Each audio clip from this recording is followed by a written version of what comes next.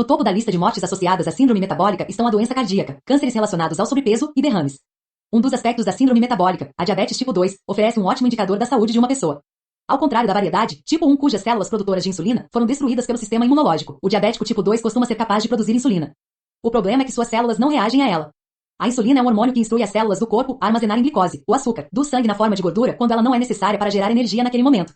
A glicose proveniente da comida corresponde à liberação de certa quantidade de insulina para evitar que os níveis de glicose no sangue fiquem perigosamente altos. Mas se os níveis de insulina no sangue estão sempre elevados, o corpo começa a ignorar o pedido de armazenar glicose. Isso constitui a resistência à insulina, uma condição perigosa. Cerca de 30% a 40% das pessoas com excesso de peso ou obesas têm diabetes tipo 2, e 80% delas acabarão morrendo de complicações cardíacas. Em pessoas saudáveis, com excesso de peso ou não, o nível de açúcar no sangue sobe brevemente após uma refeição. A concentração de glicose do sangue aumenta, a insulina é liberada e o nível de açúcar no sangue volta a cair. Essa reação rápida indica que as células são sensíveis à insulina, ou seja, estão obedecendo às instruções de armazenar a glicose para uso posterior. Entre as pessoas resistentes à insulina, não existe esse pico de glicose. O açúcar no sangue aumenta, mas começa a cair bem devagar. Um meio de reverter a resistência à insulina poderia impedir muitas mortes associadas à síndrome metabólica. Assim como transferir micróbios de pessoas obesas para camundongos pode fazer com que eles ganhem peso, Vries e Neil Dorper, que estavam conduzindo o estudo holandês, quiseram saber se transplantar fezes de pessoas magras e saudáveis para pessoas obesas poderia atenuar os sintomas relacionados ao excesso de peso. Para isso, começaram um teste clínico que chamaram de administração fecal para perder resistência à insulina. Será que um transplante fecal de microbiota magra poderia torná-las mais sensíveis à insulina? Será que suas células passariam a armazenar glicose mais rápido? Eles trataram 9 homens obesos com uma infusão das fezes de doadores magros e outros 9 com uma infusão das próprias fezes para serem o grupo de controle. 6 semanas após o transplante fecal, os homens que receberam as microbiotas magras se tornaram mais sensíveis à insulina. Suas células passaram a armazenar glicose no dobro do ritmo anterior, quase igualando a sensibilidade à insulina dos doadores saudáveis magros. Os homens obesos que tiveram as próprias fezes postas de volta em seu intestino armazenaram glicose no mesmo ritmo. Sua sensibilidade à insulina permaneceu baixa como antes. É incrível pensar que os micróbios vivendo em seu intestino podem representar a diferença entre ser saudável e sofrer de um distúrbio com 80% de chances de doença cardíaca. A diversidade da microbiota dos homens que recuperaram a sensibilidade à insulina aumentou, passando de uma média de 178 para 234 espécies. Entre as espécies extras, estavam grupos de bactérias produtoras do butirato, um ácido graxo de cadeia curta que desempenha um papel importante na prevenção da obesidade. Esse composto é benéfico para as células do intestino grosso, fortalecendo as cadeias de proteína que unem as células de sua mucosa, cobrindo o ar de uma camada espessa de muco e impedindo o intestino de se tornar permeável. Vries e Neil Dorper também querem saber se os transplantes fecais de micróbios magros podem causar a perda de peso em pessoas obesas, como acontece com os camundongos. Um segundo teste para descobrir se isso também funciona com seres humanos ainda está em andamento. Os resultados poderiam revolucionar o tratamento da obesidade e da síndrome metabólica, poupando dinheiro e melhorando a vida de muitas pessoas. Se os distúrbios da síndrome metabólica, incluindo a diabetes tipo 2, podem ser revertidos pela restauração da microbiota intestinal saudável, será que os transplantes fecais são na verdade necessários? Será que os probióticos teriam o mesmo efeito? 2 testes bem projetados da espécie Lactobacillus ofereceram resultados encorajadores, trazendo benefícios tanto para a sensibilidade à insulina quanto para o peso corporal. Em última análise, quaisquer que sejam a espécie e o resultado, os probióticos são um bálsamo e passam por nós, mas não permanecem muito tempo. Para extrair seus benefícios, você precisa tomá-los repetidamente. E ainda que os tome todos os dias, acrescentar apenas probióticos à dieta é como enviar um soldado de infantaria à guerra sem munições. Para um efeito persistente, precisamos oferecer aos micróbios benéficos um ambiente onde eles possam florescer, dia após dia, sem a necessidade de uma intervenção externa para aumentar sua população. E assim chegamos aos prebióticos. Não se trata de bactérias vivas, mas de comidas de bactéria que estimulam a expansão de populações inteiras das cepas mais saudáveis. Com nomes complicados como fruto-oligosacarídeos, inulina e galacto-oligosacarídeos, parecem aditivos químicos suspeitos listados no rótulo de uma refeição congelada.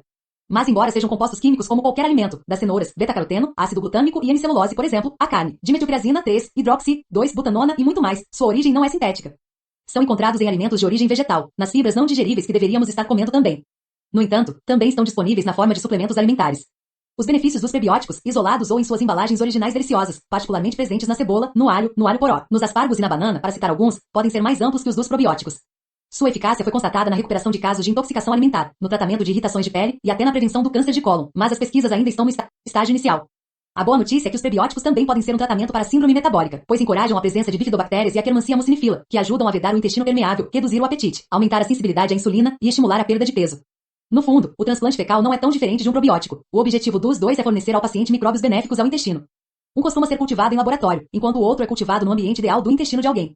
É só uma questão de tempo antes que os dois conceitos se combinem. Com uma cápsula bem projetada que entregue seu conteúdo no local exato do intestino, a mesma comunidade de micróbios fecais que constituem a solução usada no transplante pode preencher o medicamento que será engolido com um copo d'água. Sua superioridade em relação a um probiótico composto de sobras da história científica, os lactobacilos, seria imensa sem os inconvenientes, as despesas e a humilhação associada ao transplante fecal realizado por colonoscópio.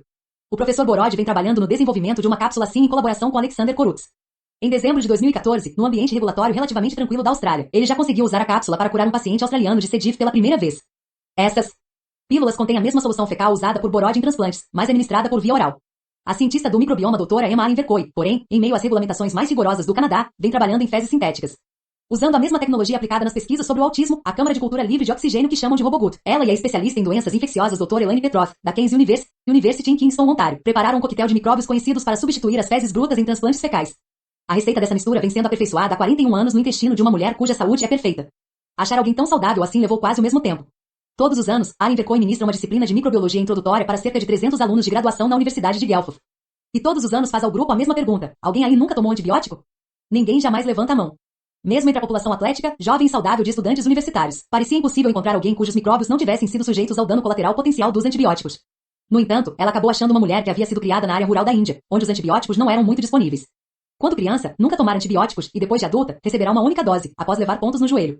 Ela estava fisicamente apta, saudável, sem doenças e seguia uma dieta orgânica balanceada.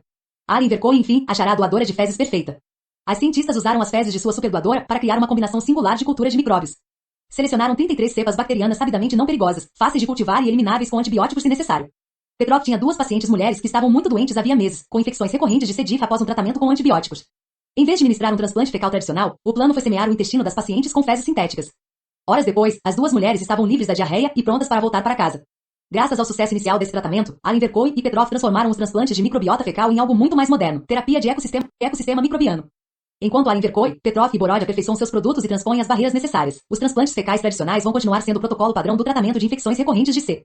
diff. Mas o futuro do transplante fecal está na personalização.